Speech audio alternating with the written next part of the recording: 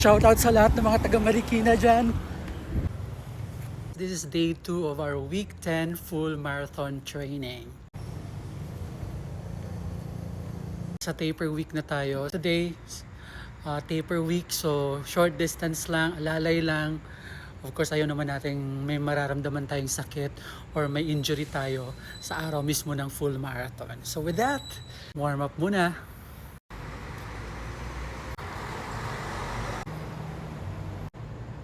Let's go ahead and hit the road. We're heading to Marikina Bayan, Marikina Sports Center. Ikot-ikot tayo doon, guys. 2.5 kilometers, 15 minutes. Hindi tayo masyadong hingal kasi easy run lang tayo. Dito na pala tayo sa Blue Wave. We're heading towards Marikina Sports Center. And that's McDonald's. Behind it is the Marikina Sports Center. And here we are, Marikina Sports Center. Pero hindi tayo papasok dyan kasi sa labas na tayo tatakbo. We are on our 3-kilometer run and we're passing by Marikina City Hall. Hindi pa naman ganun kahingal. Medyo easy run lang tayo. Past 3 kilometers. Now we're here at the Marikina Public Market. As you can see. And here's the famous fountain, Marikina City. Okay, let's cross the road. We're good.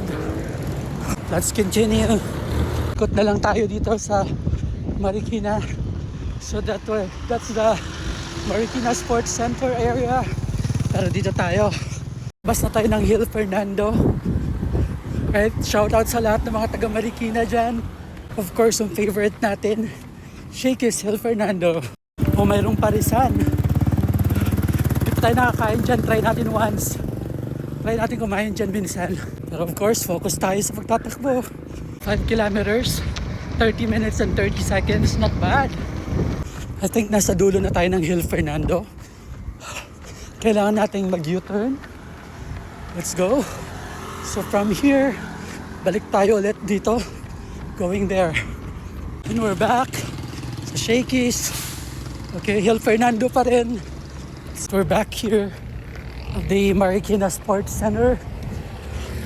Dito na lang tayo mag-iikot-ikot sa labas ng Marikina Oval. If you are watching my vlogs, alam nyo na some of our trainings were done here inside the Oval. Pero kailangan natin dito sa road mismo. Okay, ikot tayo. Pasok tayo sa Municipal Hall area. Tapos ikot lang tayong ganyan palabas. 7.5 kilometers, 45 minutes and 41 seconds. Pag nag 8 kilometers tayo, we'll start to go back na. Alright, 8 kilometers na. So, we're leaving Marikina Bayan. Paalam Marikina Bayan. Workshop. Dito din tayo bumibili ng mga flowers. We are now approaching SNR Marikina, the back part of it. SNR Marikina, talikod tayo ng SNR. We're heading home.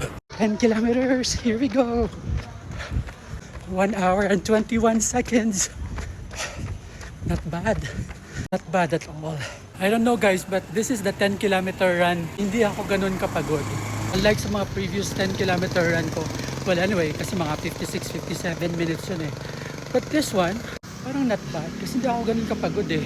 It's time to go to the parking. Alright guys, let's go ahead and rehydrate. Inuman time. That was a good and easy run. Ayan guys, so palapit na yung full marathon natin. Medyo kinakabahan ako pero mas pipiliin kong maniwala na kakayanin nating matapos yung full marathon na yan. First full marathon ever. Again, this is another good day. Sipag day. Tinatamad ako kanina but I chose to show up today. Here, nakatakbo tayo.